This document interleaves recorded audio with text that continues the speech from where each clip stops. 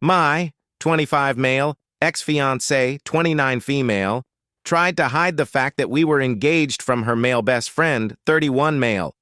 My ex-fiancée and I got engaged just 3 weeks ago. We had been dating for 5 years, and I had finally saved enough money to give her the wedding she always wanted. Honestly, I was so excited to start planning everything with her. But 3 days ago, things took a turn when we started discussing our guest list. I asked her if she wanted to invite her best friend, Jack. He lives in another state, but since they had been friends for 10 years, I thought it would be meaningful to have him there. I even offered to pay for his travel expenses because, to me, it felt like the right thing to do. To my surprise, she said no.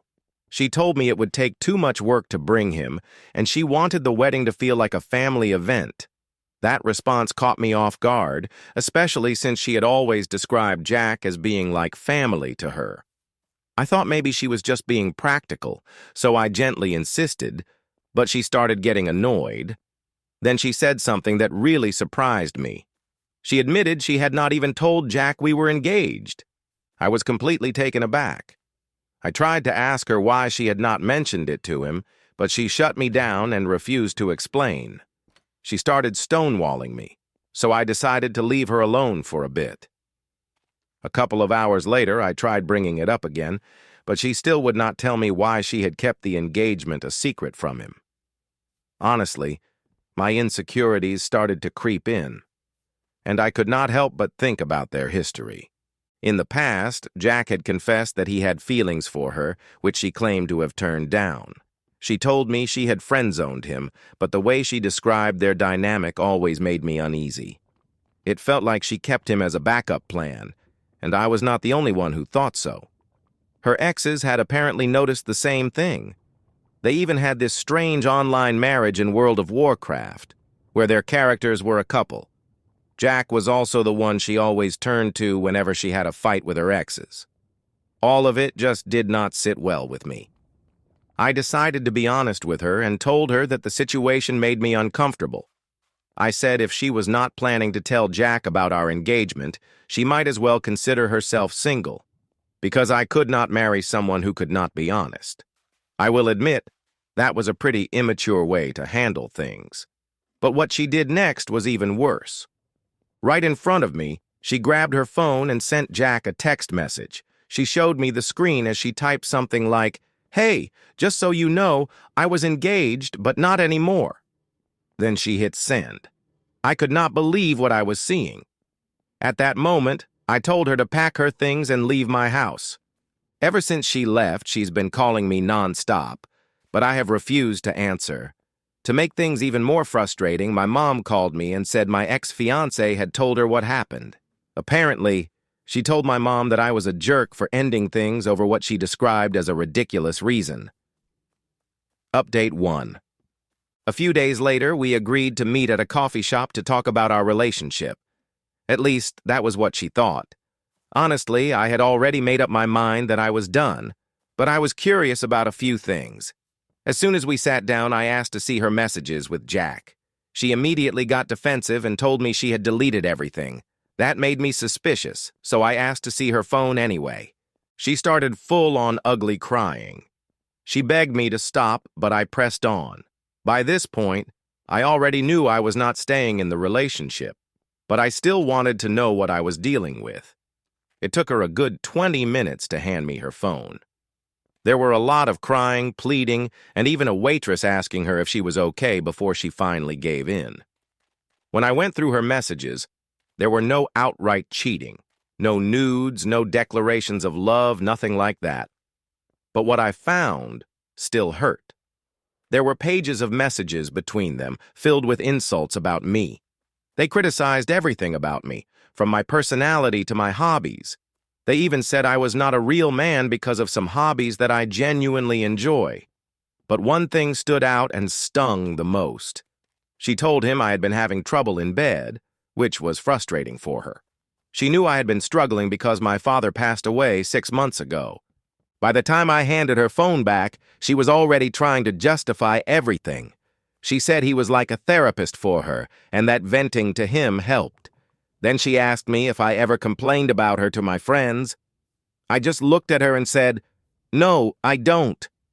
That answer hit her hard, and she started crying all over again. I took a deep breath and decided to end it there. I simply said, "Just give me the ring back." I didn't have the ring with me, as some people had suggested I should, but it felt like the right moment to ask for it. She hesitated for a second, but eventually she handed it over. After that, I stood up, told her to delete my number, and asked her not to contact me again. When I got home, I called her mom and asked her to come pick up her daughter's belongings. Her mom is a genuinely good person, and honestly, I think I am going to miss her after all of this. She understood my reasons for ending things, but she did not ask too many questions. To be honest, I was grateful for that. As for my own mom, I decided not to call her. Instead, I blocked her number. I realized in that moment that she has never had my back in anything. I have always been the one trying to save an already broken mother-son relationship, and I am done with that now. Update 2. Soon after, her mom came to pick up her belongings, and honestly, we ended up talking for hours. It felt like therapy. I cried on her shoulder, we laughed together, and she told me how much I meant to her family. She said I would always be welcome in her home, and it felt so good to hear that. Before she left, she asked if I wanted to know how my ex was doing. I hesitated, but eventually said yes. Her words stuck with me. She said her daughter was trying to act stoic, but she could tell that she was not taking it well. I decided to leave it at that. She gave me a hug before leaving, and I felt a little lighter afterward. Since the breakup, I have been doing my best to stay busy. I have been going to work, hitting the gym, and spending time on my new Nintendo Switch. On weekends, I started modding and repairing old gaming consoles, which has been a great distraction. But yesterday, my ex-mother-in-law called to catch up, as she has been doing every week or so. This time, she invited me to spend Christmas with her family. I immediately said no. While I do not hate my ex, there are other people I would rather spend the holidays with. Then she said something that hit me harder than I expected. She mentioned that my ex would not be there because she was spending Christmas with Jack. Apparently, they started dating. That piece of news caught me off guard. I told her I was not sure if I would come, but the truth is, it left me feeling a little sad. To be honest, feelings are complicated. Maybe it is my pride or my ego that is hurt, seeing how quickly she seems to have moved on. Maybe I still have feelings for her. I am not entirely sure. 2 months is not a long time to fully process something like this. My ex-mother-in-law must have sensed the change in my tone because she gently said, "Look, sweetie, it is up to you. If you want to come, you are more than welcome." I thanked her, and we said our goodbyes before hanging up. So, here I am, feeling kind of crappy right now. I know this feeling will pass eventually. Maybe I will even change my mind and spend Christmas with them. After all, my ex-mother-in-law makes some of the best food I have ever had, and honestly, I would not mind a free plate.